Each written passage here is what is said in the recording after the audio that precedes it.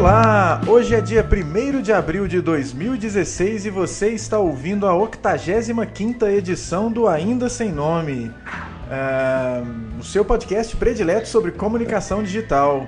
Hoje, no dia da mentira, direto de Belo Horizonte com dor de garganta, eu sou o Caio César.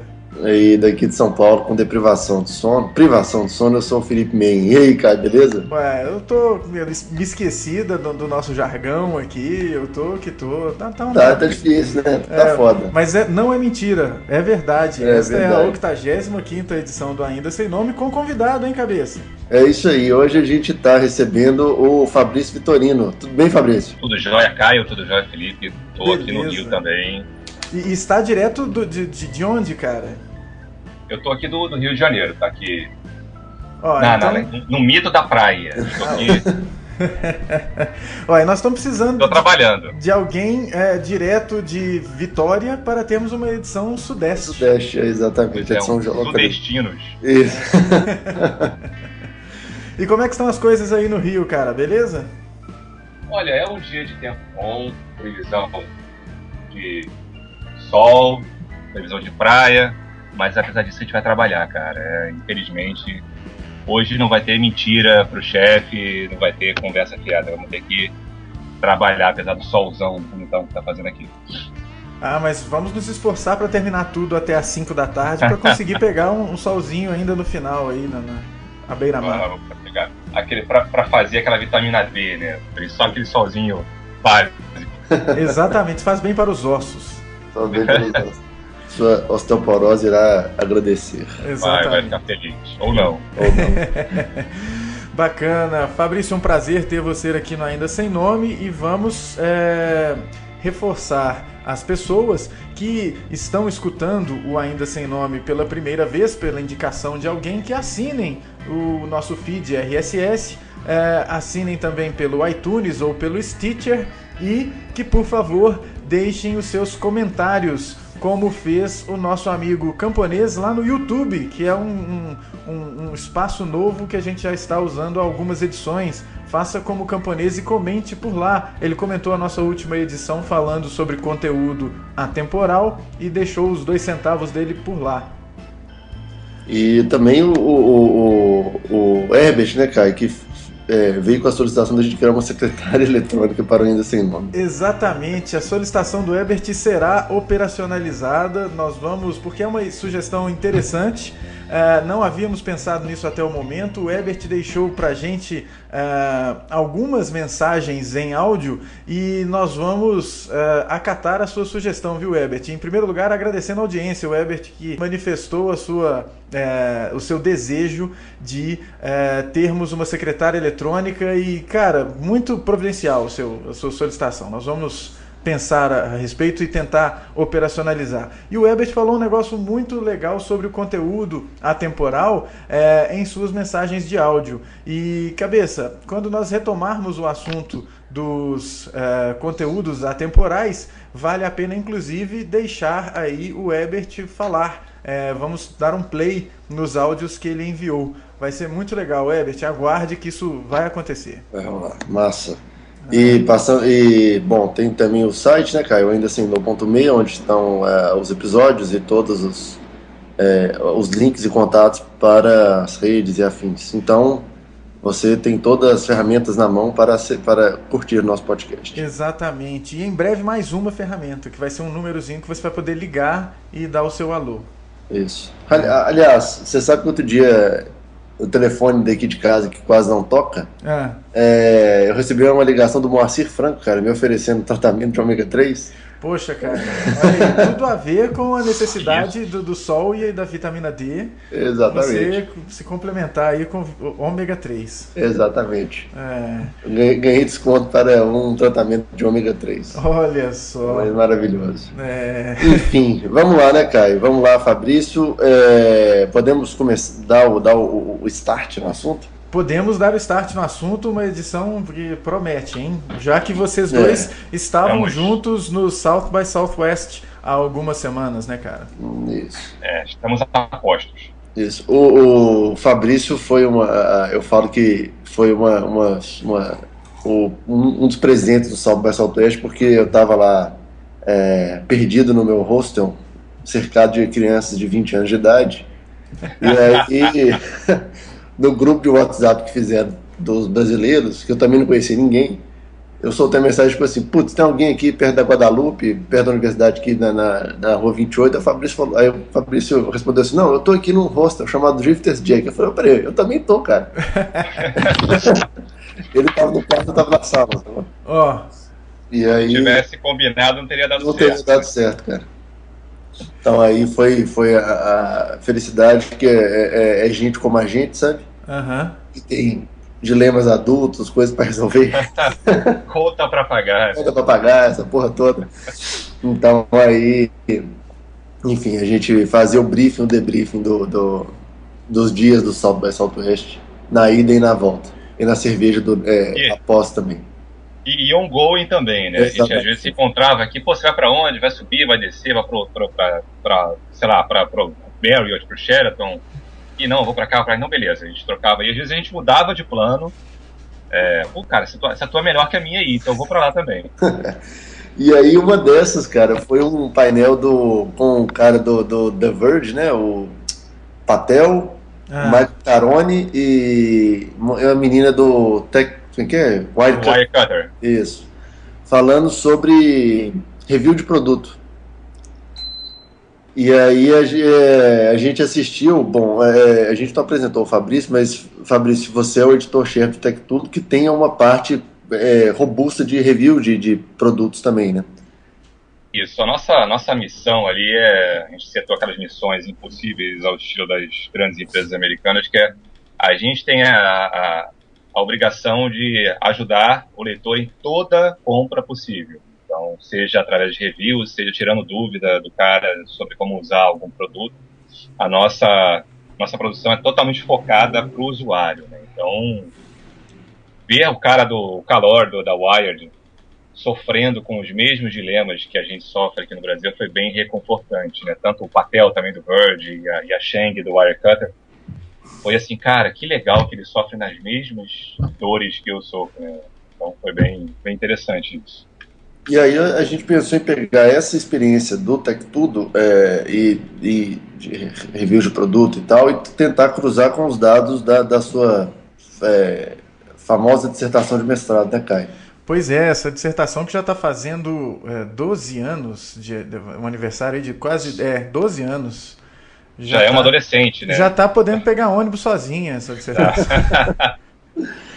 E, e aí eu acho que está pano para manga, porque a gente vê eu como consumidor de review de produtos e que faço compra na internet, eu fico muito perdido, cara, porque é difícil hoje você achar, por exemplo, o melhor celular dentro do seu orçamento, ou a melhor televisão, e aí vira um negócio meio tipo, velho, cruza os dedos e vai, entendeu?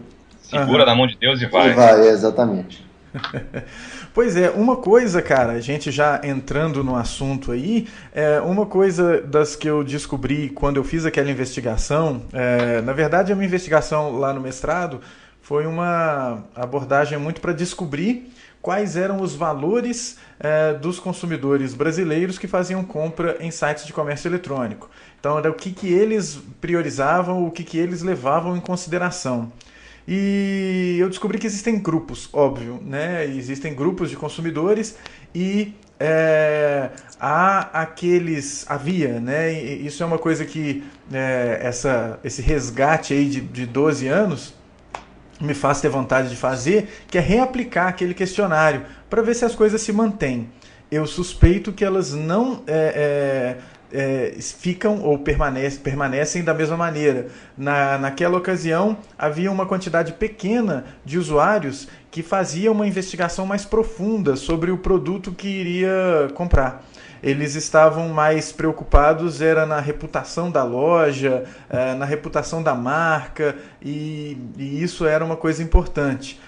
E uma coisa que a gente percebe, sei lá, acho que muito a partir de 2005 e especialmente a partir de 2007 com os smartphones ficando mais não, né, assim, tomando a nossa vida, é a pesquisa em fóruns e em sites como o Tech Tudo, né? Acho que as pessoas, elas, a gente percebe isso hoje, aí é uma coisa muito mais da experiência ordinária, né, da nossa vivência do dia a dia, que o consumidor ele chega até uma loja física, quando ele compra na loja física, ele chega às vezes mais informado do que o vendedor, né, porque ele está acompanhando as coisas nesses fóruns e nesses sites de review e etc, né, cara? Vocês percebem isso aí também ou é uma suspeita furada minha? Não, é bem isso aí mesmo. Se você fosse traçar uma linha cronológica desse comportamento, né? Quer dizer, o sujeito toma uma decisão. Eu preciso comprar um celular, por exemplo. Ele acha que o dele está velho, ou não está mais atendendo, ou então perdeu, foi roubado, alguma coisa aconteceu que ele precisa comprar um celular. E aí ele já tem alguns modelos em mente. Dificilmente o cara sai do zero, né? Preciso comprar um celular, não sei qual, não tenho a menor ideia. Uhum. Então ele já sabe que eu preciso uma câmera, ou preciso de um celular tal, ou tenho um orçamento tal, que é um delimitador bem interessante. Então o cara, hoje, ele pode começar a procurar nos fóruns, nos sites de referência. O que ele busca na internet? Ele busca o especialista, né? A pessoa que tecnicamente sabe ou parece saber um pouco mais que ele, e a opinião dos outros usuários, são os pares, as pessoas que viveram a mesma experiência que ele. Então, resumidamente, ele busca a opinião do expert, a avaliação do expert e o sentimento de pós-compra, né? Quem comprou está vivendo bem, teve o desejo atendido. E a gente entra num nicho aí, até a gente tentando formatar um jornalismo, que a gente entende esses nichos de produto, a gente entende os produtos, a gente não quer ser jornalista. A gente quer ser um expert, quer falar com o cara como se fosse um amigo dele. Uhum. Então é uma das grandes diferenças do Tech Tudo. A gente tem o fórum, tem os comparativos, os reviews, os elementos que ajudam o sujeito a tomar a decisão de compra dele, mas a gente não quer falar com aquela autoridade de ser supremo. A gente quer falar como se fosse um deles. Olha, tem essa opção e essa opção. Essa aqui te atende nesse sentido, essa nesse outro e essa nesse outro. Então o cara, baseado no desejo dele, vai na loja e já fala pro vendedor: esse aparelho aqui é bom de câmera, esse aqui tem um processador legal, esse aqui tem uma tela legal. Qual que tem o preço melhor? Então já chega lá munido de argumento para, né, ou barganhar, ou tomar a decisão dele, ou já vai para comprar mesmo. Então é muito curioso essa mudança de comportamento do usuário que a internet propõe, né, te oferece. Né? Você tem contato com as pessoas que são como você, que compraram, querem comprar, e com especialistas. Você fala com o cara ali no comentário, no e-mail, no Twitter. É bem próximo mesmo, né? Como se fosse um vendedor. Eu acho que tem uma coisa, essa coisa da proximidade aí tem muita relação, e talvez seja uma coisa duas coisas, na verdade, que aconteçam em paralelo, que tem uma relação muito grande com aquele conceito de momento zero da verdade, né? O Z-Mot, lá do Jim Lekinski, enfim, do autor do livro Zero Moment of Truth. Zero Moment. Isso, que é uma coisa assim que eu acho que até ajuda a entender como que essas plataformas, que até o Tech Tudo é uma delas, elas emergem, né? Então, por quê? A gente precisa entender que o cara, na hora que ele vai comprar um celular, ele vai ele vai buscar esse celular no Google. E ao buscar esse celular no Google, ele vai fazer uma pergunta no seu jeito de dizer, né? A pergunta que ele faria: esse celular vale a pena? Esse celular é bom? E ao fazer isso, o que aparece nas primeiras páginas de resultado, lá os primeiros itens do resultado, vai ser uma postagem eventual de um site como o Tech Tudo, ou um comparador de celular, ou alguma coisa assim, ou um fórum. E aí alguém lá dentro desse fórum, alguém nos comentários, vai ter feito exatamente esta pergunta. E aí ele entra lá e vai ver uma discussão toda que já está acontecendo, vai identificar outras pessoas que já compraram e que estão relatando eventuais problemas ou questões ou o que quer que seja. E é aquele esquema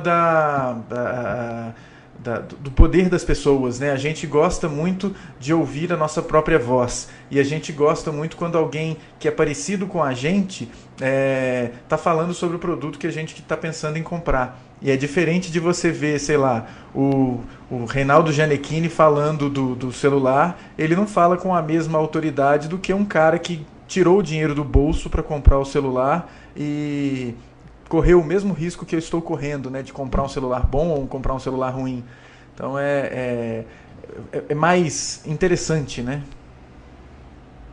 A gente tenta manter essa imparcialidade, acho que o leitor percebe isso, no caso do TechTudo e de outros sites, quando a gente diz pro cara, olha, ele faz isso, mas tem contras, eventualmente, né? Então, acho que é importante, e a gente viu isso lá no South by,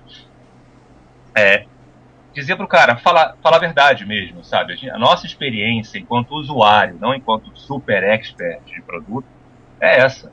A gente teve um caso recente de uma fabricante de celulares que ficou extremamente insatisfeita com o review e apelou a todas as cortes supremas, instâncias superiores possível, para que a gente alterasse aquele review ou despublicasse, tentasse de novo, que aquele sample, aquela amostra estaria contaminada, né, estaria com defeito.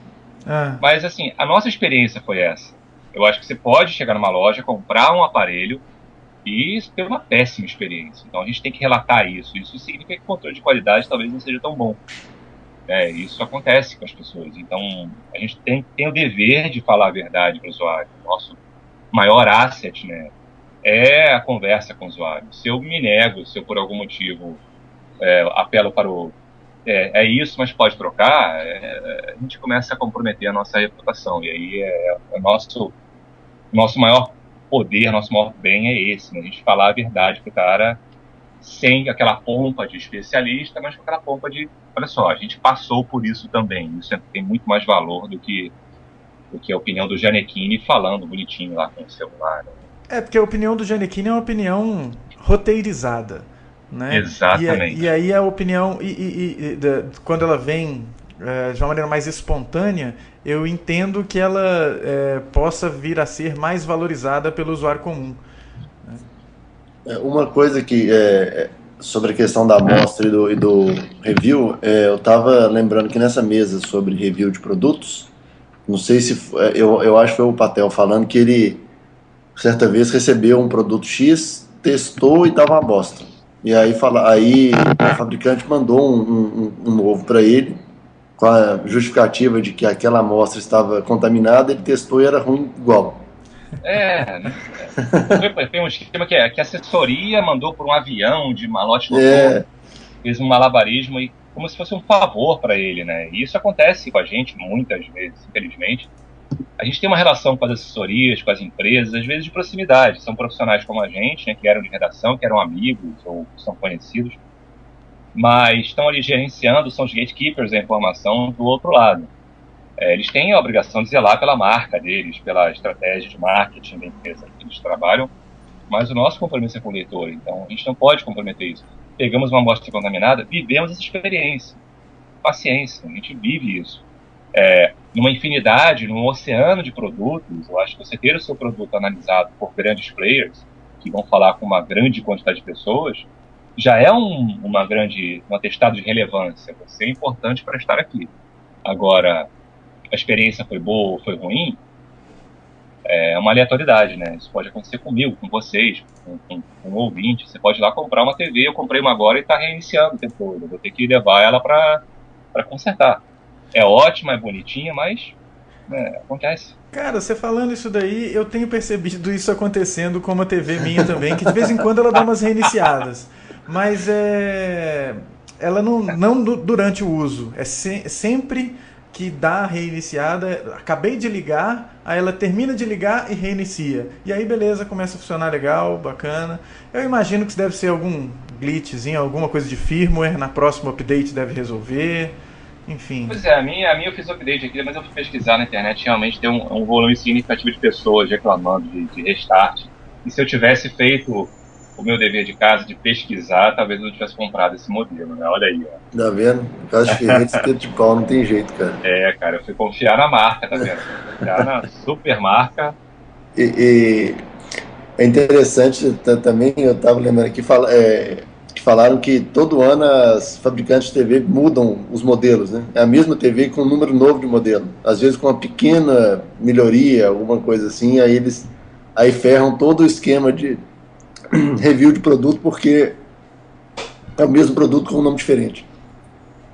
Antes de começar, a gente está falando de construção de bloco de conteúdo, né? Então, o que significa isso pragmaticamente? A gente antigamente produzia conteúdo para ser consumido no dia, no máximo em uma semana. Hoje, na internet, a gente tem um desafio que é construir conteúdo para ser consumido de forma perene, para a gente ter um lastro de comercial, ou então de referência. E quando as empresas fazem isso, né, quando o produto tem uma taxa de obsolescência alta, acima do tolerável, a gente passa a comprometer nosso estoque. Nosso estoque de review de televisores, ele dura um ano. Então, a gente acompanha nos gráficos lá que 8, 10, 12 meses depois da nova linha, a gente tem um decréscimo de consumo absurdo daquele conteúdo. Então, em 2, 3 anos, aquele conteúdo já não é mais consumido. É um dilema pra gente também, né? O esquema que eles criaram se tornou um dilema para a comunicação. Quem corre sabe que o tênis da marca X lá todo ano ganha um updatezinho que você não sabe o que é. Ele muda de número, 17, 18, 19. É uma estratégia das marcas para dar um freshness aí, mas para o consumidor isso é meio complicado, né? E aí é um esquema que é bom apenas para o faturamento da marca, que é de criar aquela imagem de que você, consumidor, está desatualizado, você precisa da nova versão. Tá. E isso é bom só para os reportes de faturamento, né?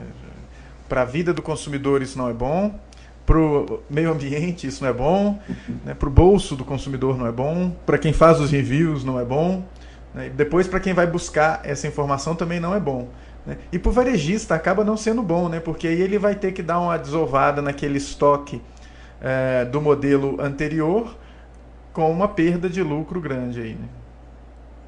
Tem um gap informacional também, né? Que o sujeito que foi treinado para vender aquele produto X, ele tem que se reciclar aí de 6 meses. Se você pensar na gama de produtos de celulares, por exemplo, a gente tem hoje 270 modelos disponíveis. Então, quer dizer, o cara tem que entender, bota aí uns 100, sendo que esses 100 se renovam a cada 6 meses, 6, 12 meses.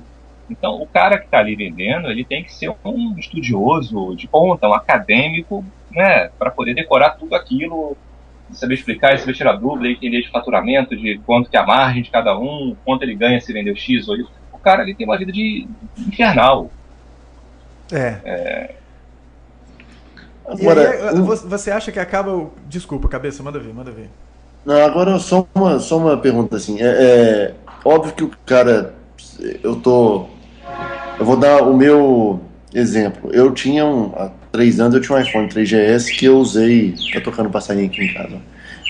Eu usei até ele abrir no meio. Literalmente, assim. A bateria e a tela soltaram. E aí eu fui fazer o review, eu fui fazer o processo de comprar um telefone novo. Na época era o iPhone 5, era o Galaxy S4, que eles estavam mais ou menos... Eles são concorrentes, né, assim... Só que as pessoas não veem o valor como eu acho que a Apple tem um valor agregado gigante, o cara não para fazer essa comparação. Então, eu fiz a comparação e acabei chegando numa terceira via, que era o Nexus 4, que era mais barato, tinha processador melhor e afim. Você percebe isso, Fabrício? Assim, o cara, tipo assim, quando eu vou fazer um review ou uma comparação entre um iPhone e um outro celular Android com, às vezes, configurações melhores, o cara tende pelo iPhone porque é um iPhone? Olha, eu acho que assim, é como você pensar em tênis, né? Você pensa em uma determinada marca. Quando você pensa em carro, você pensa em 2 ou 3 marcas como as mais confiáveis. Existe sim, né, um poder de branding que é construído ao longo do tempo, que faz com que o usuário, né, poxa, essa marca aqui é boa, é confiável, tem uma assistência técnica, não vai sair do mercado tão cedo, o aparelho não vai sair de linha, não vai me deixar na mão. Isso tem um peso, sim. Eu acho que o cara leva em consideração a marca. Só que aqui no Brasil, se você pensar em termos de penetração de mercado, a Apple tem 3,5% com o iPhone, que é menos que o Windows Phone. Se você pensar em domínio de mercado, o Android é 91%, 92%. É diferente dos Estados Unidos, onde o iOS, o iPhone, tem cerca de 40% de penetração. Então, aqui no Brasil, o iPhone ainda é um objeto de desejo. É muito mais uma Ferrari do que um Honda, um Toyota. Então, são poucas pessoas que podem comprar um iPhone aqui no Brasil. Nesse cenário, o cara sonha com um iPhone, muitas vezes, e acorda com um aparelhinho mais humilde, né? Mas todo mundo quer ter o objeto do desejo, né? Quem não quer ter uma Ferrari? Quem não quer ter um Porsche? Não porque é de luxo, mas porque você sabe que a Ferrari não quebra, que o Porsche não quebra.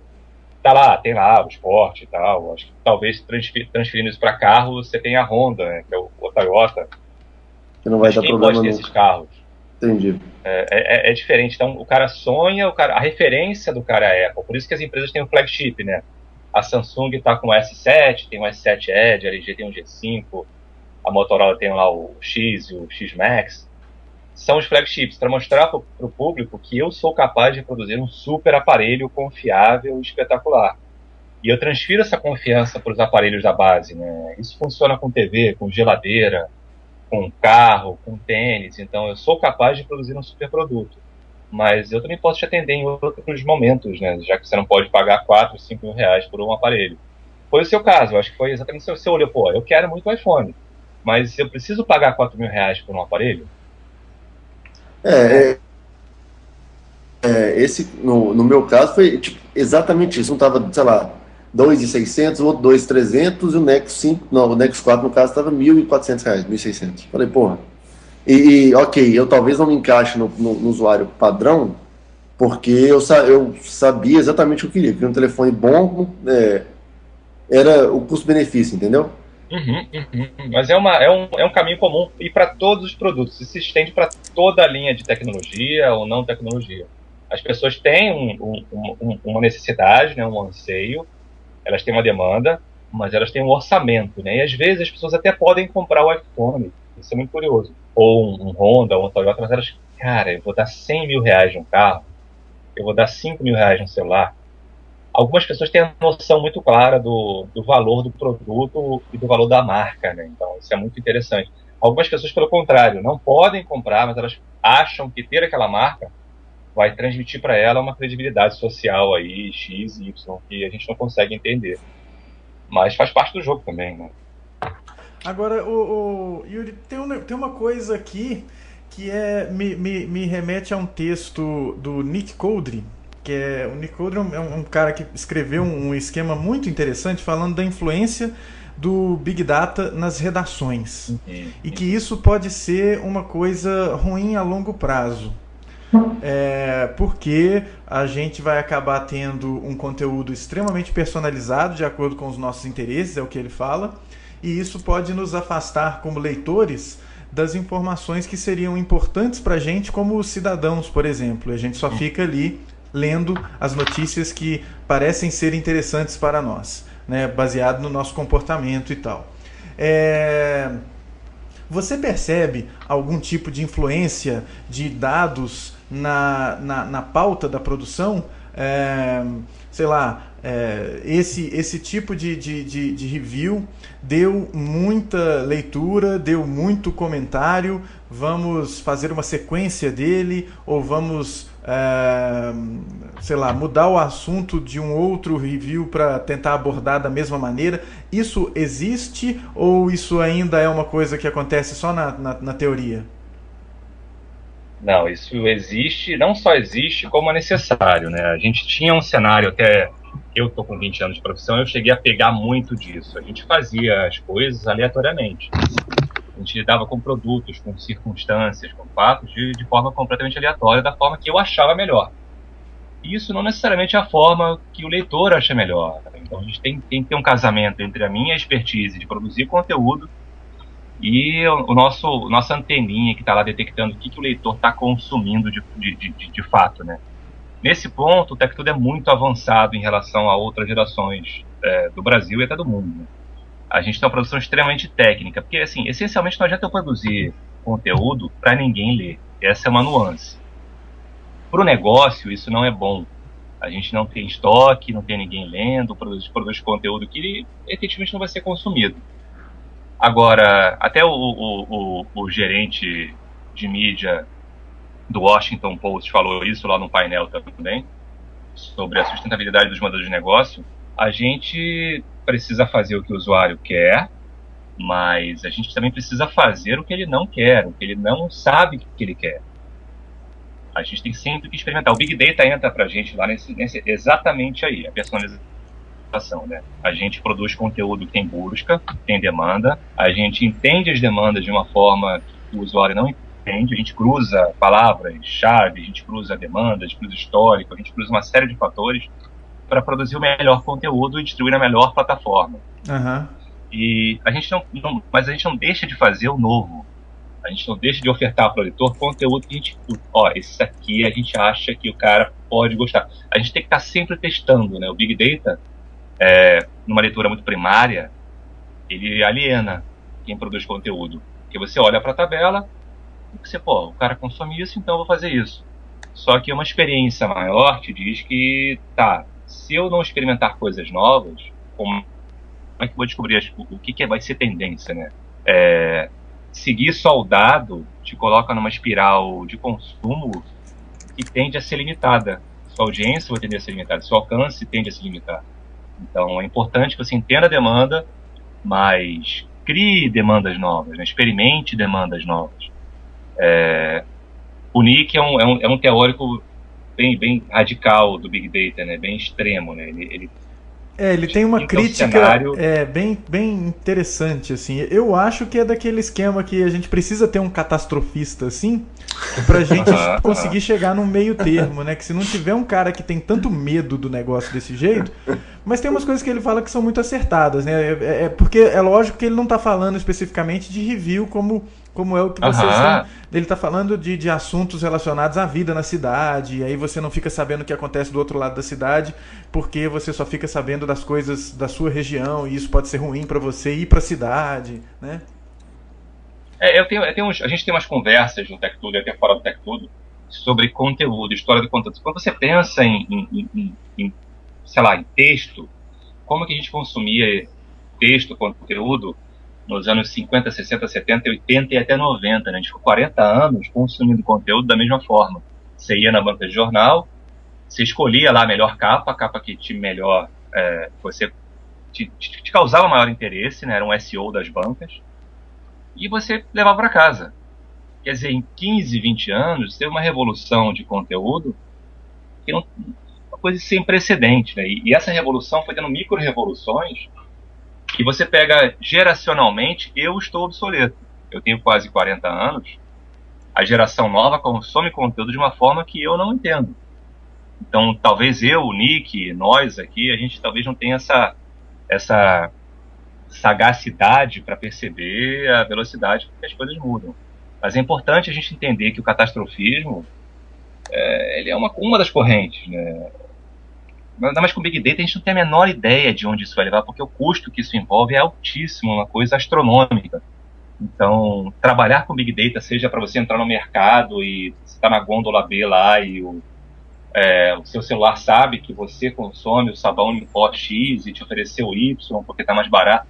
Isso está tão longe da gente ainda, e é tão caro, e não se vê o valor nisso, que talvez a hora que se tiver o rollout para as pessoas, vai ser natural, como usar celular, né? Acho que 20 anos atrás ninguém imaginava que um celular ia te dizer o trânsito, para onde ir, como ir. É meio inconcebível, né? Você vê um filme de ficção científica dos anos 80, eles sequer concebiam o que pode acontecer em 10 anos, né? Meio assustador isso. Agora, e aí, bom, já que a gente falou do catastrofista, indo para o outro lado, completamente oposto do espectro, a gente vê um cara que aí não é bem da comunicação, mas é você leu o Notícia Manual do Usuário, do Alain de Botton? Não li.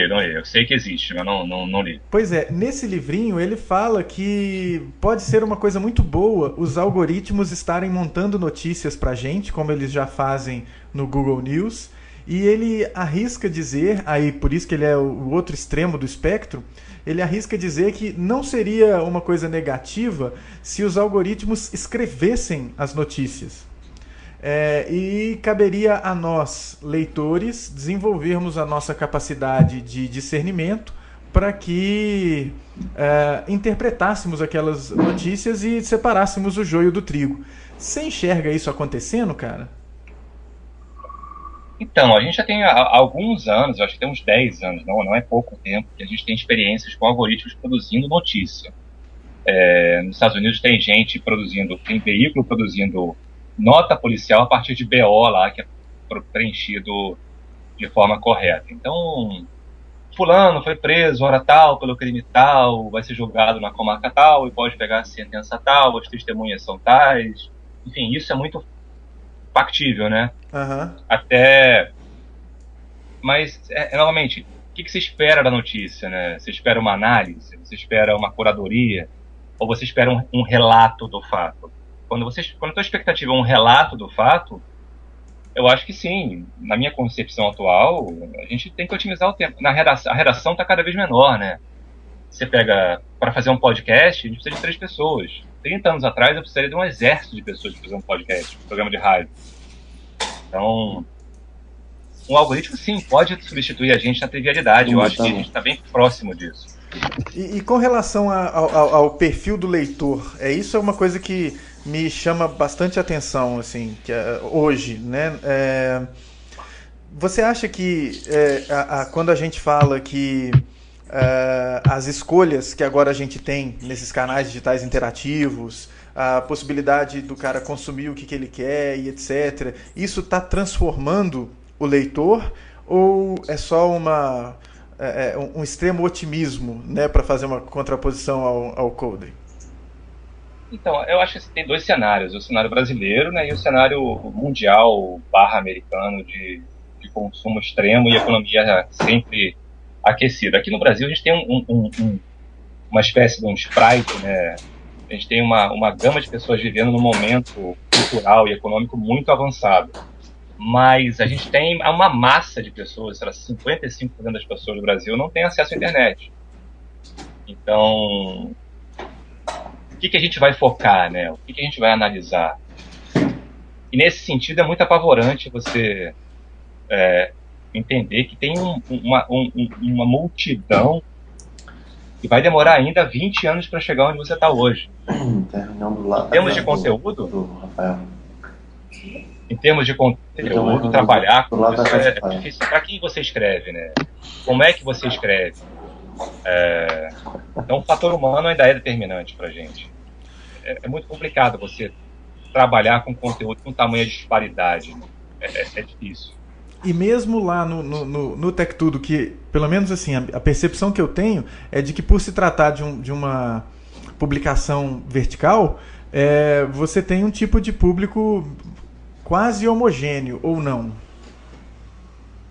A gente talvez tenha um público homogêneo em termos de poder aquisitivo, de potencial sociocultural, né? Mas em termos de conhecimento dos produtos, a gente é bem heterogêneo. A gente não foca no nerd, né? Não focamos no cara que é super usuário. A gente foca nas pessoas comuns, a gente foca nas pessoas que estão comprando, que estão com dúvida. A gente brinca que se o cara sabe instalar um Linux, ele não é leitor do TechTudo, não é leitor primário, né? Agora, a minha mãe é uma leitora primária do TechTudo. Sei lá, minha vizinha aqui, um cara que não é tão insider disso. A gente fala com essas pessoas, que são a maioria, e é muito mais legal você falar com um cara que não é insider, né? Do que com um cara que é uber, top, cutting edge, super ponta de lança ali. Poucos leigos têm essa cancha de falar com o nicho, que é muito difícil, né? Muito pequeno. E você vê, tem uma razão para esse foco, assim, ou é simplesmente uma escolha mandatória? Não, vamos focar nesse cara e boas. Ou tem algum motivo de trabalhar esse tipo de consumidor, ele é, sei lá, é mais viável, é menos viável, ou esse tipo de cruzamento nem rola? Eu tenho uma teoria sobre isso. Diga lá. Que é a mesma, por exemplo, do Basecamp. Você tem muito mais gente fora do... o mar de pessoas que não conhecem é muito maior do que das pessoas que conhecem, entendeu? Então você está possibilitando informação para um número maior de pessoas. É bem por aí. Quando você decide a missão de um produto, né, a missão de uma empresa, você automaticamente já determina com quem você vai falar, né, qual vai ser seu nicho. Quando a gente determinou que o Tech Tudo ia ser um produto de serviço, a gente falou, olha, ele é serviço, então vamos ter que falar com o maior número de pessoas possível, com a massa. E quem que é a massa? A massa é quem não sabe. Então, e tem uma missão bacana, uma missão até social, educacional, de você ensinar as pessoas, ajudar as pessoas a pensar, a tomar decisões. As pessoas que sabem tomar decisão talvez não precisem de você. Elas não vêm no Tech Tudo. Quem os Uber ponta de lança, eles vão no Verge, vão na Kinetic, vão no Wirecutter, vão no Focus, enfim, vão em produtos que não... que são muito mais especialistas nisso. E tem um valor diferente do Tech Tudo. Nosso valor é a massa, o valor dos caras é um nicho, né? Então, serviço é massa, né? Quem quer servir não pode querer servir a poucas pessoas, a um público pequeno, né? A não ser que isso seja pré-determinado na comissão. Entendi. E você vê alguma influência outra além dessa determinação? Não sei se nós estamos entrando em assuntos específicos demais, mas você vê alguma influência outra além dessa determinação inicial na escolha de assuntos que vão ser tratados lá no Tech Tudo, ou isso não acontece, cara? A gente tem que cobrir uma certa agenda factual, que é importante para o usuário saber o que está acontecendo, né? Colocar o cara a par do cenário atual, né? O que está acontecendo, o que vem por aí, o que aconteceu. Mas a gente realmente foca no serviço, né? A nossa missão é realmente produzir conteúdo de forma qualificada, ensinando as pessoas, educando as pessoas, a gente num certo grau de educação digital, né? De educação até econômica, né? Olha, você precisa mesmo desse produto? Pensa bem, o que você busca? Mas a gente muda, assim, editorialmente, teve 2 ou 3 grandes mudanças editoriais, que a gente se olha no espelho e fala, putz, eu preciso falar disso mesmo, né? A gente está sempre buscando, não audiência pela audiência, né? Eu acho que isso é muito vago, a gente já teve um momento de buscar audiência pela audiência, mas a gente quer ser perene, a gente quer ser consumido daqui a 6 meses, daqui a 1 ano, a gente quer ser referência mesmo para o usuário. E nesse momento de buscar audiência pela audiência é um momento, digamos, inicial da publicação, né? Um momento de, poxa, vem ver que eu existo. Acho que assim, a gente teve o privilégio de começar dentro de um grupo que é muito forte, então a gente tem o apoio de ferramentas muito poderosas. Quando você começa um produto que não tenha, talvez, esse apoio todo, sim, acho que a tendência é realmente essa, você começar lançando mão de subterfúgios para que as pessoas te conheçam. Só que isso tem um prejuízo, cara, isso assim, é difícil você pagar a sua fama. A gente brinca lá que é mais ou menos como aquela atriz, né, que começou no Big Brother, e depois ela se revelou uma bela de uma atriz. Sabe, excepcional atriz, mas ela começou no Big Brother. Isso é uma coisa que vai sempre acompanhá-la. Estigmatiza, né? É um estigma, né? Que, assim, pensar muito no seu legado, né? Pensar muito no que você quer que as pessoas pensem quando elas te veem. Então, vale a pena? Por outro lado, assim, talvez se ela não tivesse ido ao Big Brother, talvez a gente não tivesse conhecido essa bela atriz que ela é. Então, tem um ônus e um bônus. Hoje, talvez, são 2 ou 3 atrizes nessa circunstância. Talvez as pessoas já estejam esquecendo que ela foi uma Big Brother. E não sei nem se isso é até mérito. A gente teve um momento de fazer muito conteúdo, sim, realmente que eu considero hoje bobo, mas que foi necessário para que a gente chegasse nessa grandeza, nessa expertise que a gente tem hoje. Mas é sempre assim, tem uma hora de parar, tem uma hora de refletir e mudar, cara. Mudar em qualquer lugar, em qualquer negócio. Você tem que estar pronto para mudar. Tem que estar pronto para abrir mão. Olivia. Para se desconstruir. Olivia. Para parar. Olivia. Eu acho que é um exercício que a gente tem que fazer diariamente, né? E a gente tenta fazer isso no Tech Tudo porque a gente tem essa liberdade. Talvez outros grandes produtos de grandes grupos não tenham. É muito reconfortante poder fazer essa reflexão e mudar mesmo. Entendi. E eu tenho uma ideia com relação a isso, desse estigma, que uma maneira, não sei, de verificar se esse estigma afetou é dar uma olhada se ainda tem gente chegando até você por meio daquele conteúdo, sei lá, específico lá, né? Que foi o conteúdo estratégico anteriormente produzido. Esse conteúdo ainda leva gente pro Tech Tudo? Muito pouco. Quando você produz conteúdo para o dia, né, o factual, eu acho que é o grande drama dos jornais, dos modelos analógicos que se tornaram digitais, ou até dos modelos factuais, né, é assim, você produz conteúdo para hoje. Então, você vê teus gráficos, lá você tem picos de audiência. Quando você produz conteúdo perene, você tem uma espécie de um oceaninho de audiência, que é constante. Todo dia você vai ter lá, sabe, 1.000, 2.000, 3.000 acessos naquele conteúdo. Um conteúdo desse de pico, ele tem lá 1 milhão num dia e depois 0. Então, não atrai nada. E a gente não consegue comercializar isso. Você pensando num podcast, você tem um excelente podcasts, né, excelentes produtos, que tem um pico de consumo abissal em uma semana, em 3 dias, mas depois vão para o limbo digital. Então, nunca mais ninguém ouve aquilo, nunca mais ninguém acessa aquilo. A gente viu aquele painel, hein, Felipe, da social media da CIA, e ela falou aquela teoria dos skimmers, como é que era mesmo? Você lembra? A social media da CIA, ela trabalhou durante 12 anos no museu da CIA.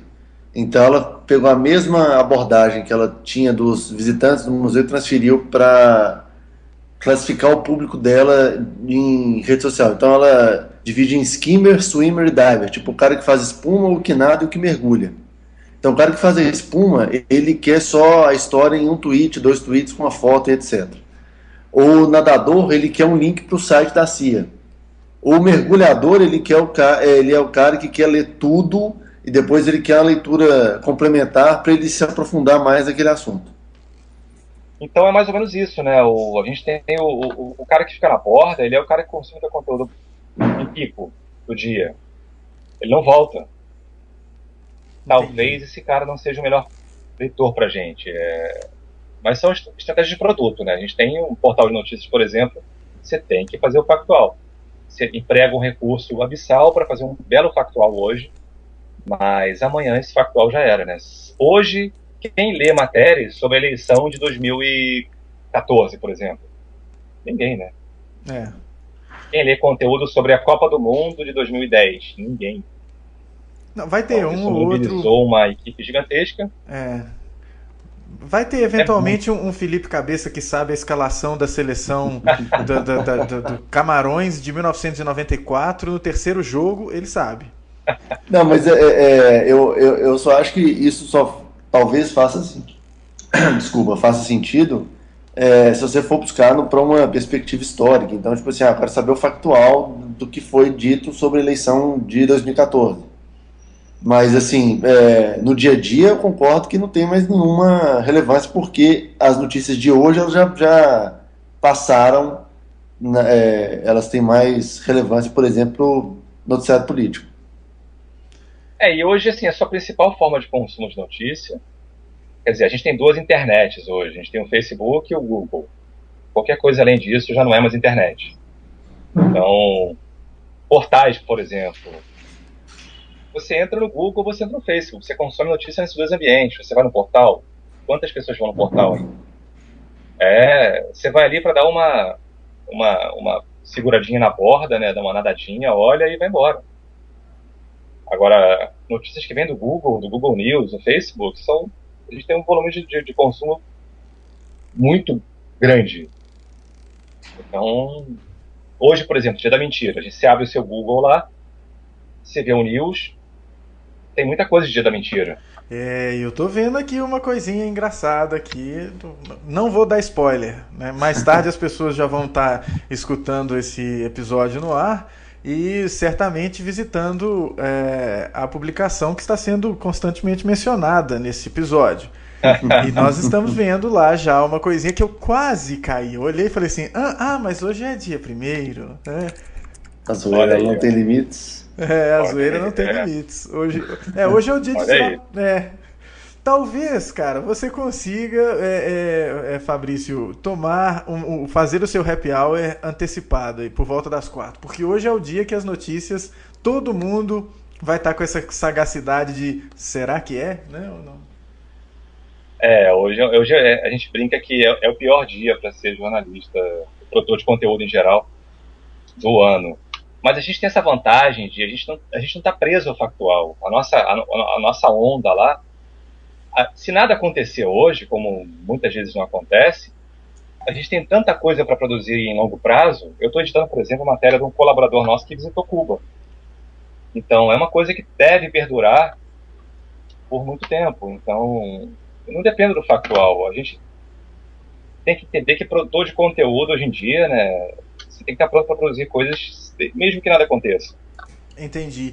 E isso é uma coisa que vocês fazem e pretendem fazer de maneira mais, digamos, extensiva, que é de trabalhar um conteúdo ao longo de semanas ou às vezes de meses? Isso aí é uma coisa que está nos seus planos e que você vê viabilidade num tipo de publicação como Tech Tudo? Porque eu tenho uma vontade muito grande de ver esses conteúdos explorados ao longo de mais tempo. Isso é uma coisa que você vê viável? É viável, é viável. Só que aí que entra a inteligência, Caio. A gente precisa aceitar a inteligência, aceitar o dado, aceitar que o Google, a gente não escreve para o Google. O Google é uma ferramenta que faz com que a gente atinja um número maior de pessoas. Mesma coisa o Facebook, ainda há um preconceito muito grande com, com essas ferramentas SEO, né? Seja para search engine, seja para social. A gente tem que entender que o leitor não está mais no lugar que estava antes. Então, entendendo isso, você sabe que o cara busca conteúdo de uma forma X ou de uma forma Y. Isso te permite ter uma segurança maior, ter um lastro maior, né? E comercialmente isso é bacana, porque você tem o que vender. Você pensa no portal de notícias, por exemplo, o que o portal vende para o anunciante? Ele não tem um conteúdo perene, ele vende a audiência do dia dele. Aham. A gente tem que tentar sempre vender a audiência total. Tudo que eu produzi nos últimos 12, 24, 36 meses. Eu chego para o anunciante e falo, olha, minha audiência, se eu chegar na nossa newsroom lá e sentar na cadeira e ficar jogando Minecraft, eu tenho X milhões de views por dia, sem fazer nada. Uhum. Então as pessoas estão me consumindo porque as dúvidas das pessoas são perenes, né? Então é muito dessa natureza, né? A gente tem que entender que o negócio, entender o consumidor e fazer uma avaliação 360. Entendi. Eu ia fazer uma pergunta final aqui para voltar ao esquema do Coldre, que é a da influência de um departamento comercial na redação, não na pauta, mas vocês estão, pelo que eu percebi, sempre de olho, né? A gente até foi engraçado, né, Felipe? A gente eu perguntei pro cara lá e foi meio. O pessoal, todo mundo ficou meio assim, meio sem graça, né, lá no South By. Que eu perguntei para eles mesmo isso. Né? Foi engraçado porque todos falaram, né? E aí acho que foi o Calori falando que ele já recebeu ligação da Apple, tipo, 1 hora da manhã, sofrendo. E eu acho que o Patel também fala que o departamento comercial não gosta muito dele, né? Porque tem horas que ele pega meio pesado. Eu já tô passeando sábado de manhã, às 8 da manhã com meus filhos aqui, e alguém de uma empresa me liga, porra, cara, detonou meu negócio lá, te levei pro evento, te paguei café da manhã, tu detonou meu produto. Irmão, não é assim que funciona, né? Mas a gente tem que estar... O nosso compromisso, na verdade, é com o leitor, né? Eu falo muito que o meu patrão ali é o leitor. Óbvio que eu tenho um senso de sobrevivência... Aguçado. Um pouco já aguçado pelos anos. Mas o nosso maior asset tem que ser a verdade, né? Então, o comercial às vezes fica chateado, as empresas ficam chateadas, mas eles têm que se esforçar para entender que não pode faltar com a verdade. A gente pode errar. Eu acho que errar, beleza. Agora, faltar com a verdade não pode, né? Eu, também um caos lá do South by eu acho que foi o Patel que falou que eles tinham uma relação complicada com a Apple, que a Apple boicotava eles depois de um certo review, de um certo produto, né? E ficou um ano sem receber nada da Apple. E assim, a gente passa por isso, né? As empresas ficam chateadas, mas... Era exatamente o que eu ia te perguntar, se esse cara aí depois ele te chamava pro próximo café da manhã, ou aí ele ficou chateadinho e não te chama mais.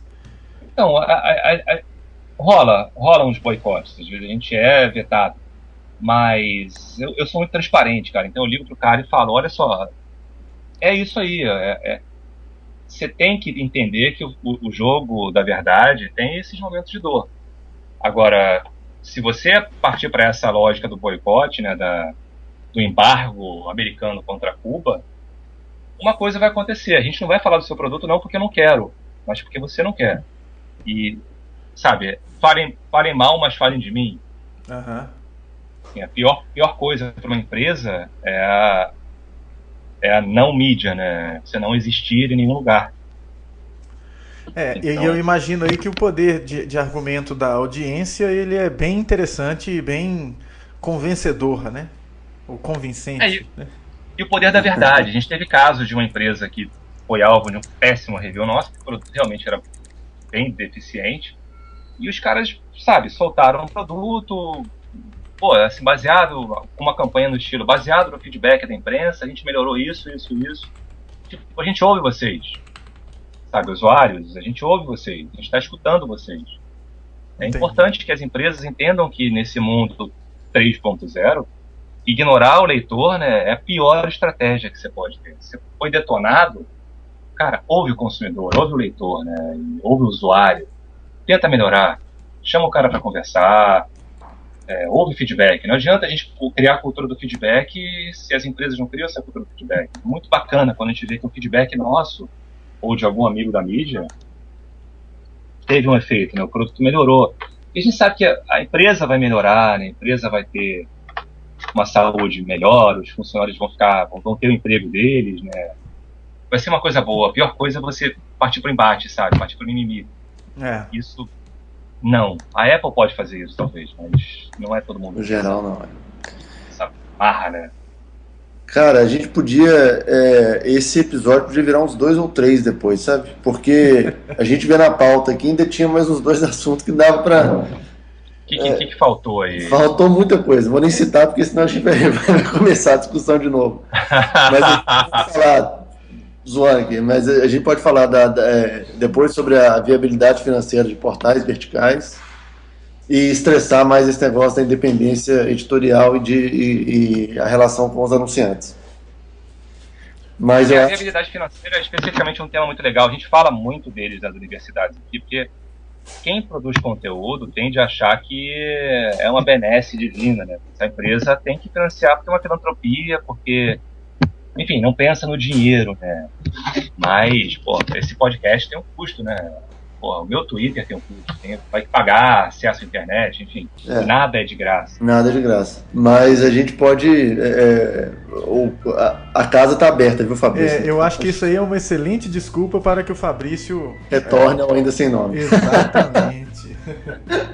E a gente tá no grupo Globo, mas a gente tem uma luta diária pela sobrevivência. Assim, a sobrevivência comercial é um assunto importantíssimo pra gente. Que a gente quer, né, se pagar, a gente quer ser viável economicamente. Isso é um belo de um recibo de que, assim, cara, funciona, é bem pensado e você está sendo lido. Acho que a pior coisa para quem produz conteúdo é a sensação de que, assim, ninguém está me vendo, ninguém está me lendo, né? É horroroso isso. Eu acho que esse é o pior castigo de quem produz coisas, especialmente na internet, é justamente você não ser visto, né, cara? Isso é horroroso. Porque você faz uma coisa que não dá certo na TV ou no rádio, eles te tiram do ar. O seu castigo é esse. Agora o seu castigo na internet é você continuar produzindo e o negócio tá lá. Só você e a sua mãe acessaram. Agonizando virtualmente, né? Mas bacana, Fabrício. Poxa, muito legal, muito bacana a sua participação aí. E como o Cabeça falou, cara, tem espaço aí para mais participações, hein? Precisando, estamos às ordens. Eu sou meio mineiro, adoro falar, então se deixar, a gente fica aqui uns 3 dias. Beleza. E você que nos acompanhou até agora também, deixe seus vários centavos de comentários sobre o Ainda Sem Nome e o assunto do episódio de hoje. Os vários assuntos, o macro assunto. Você pode ir no aindasemno.me, onde esta postagem irá residir, e também no YouTube, iTunes e no Stitcher, onde a gente também está presente.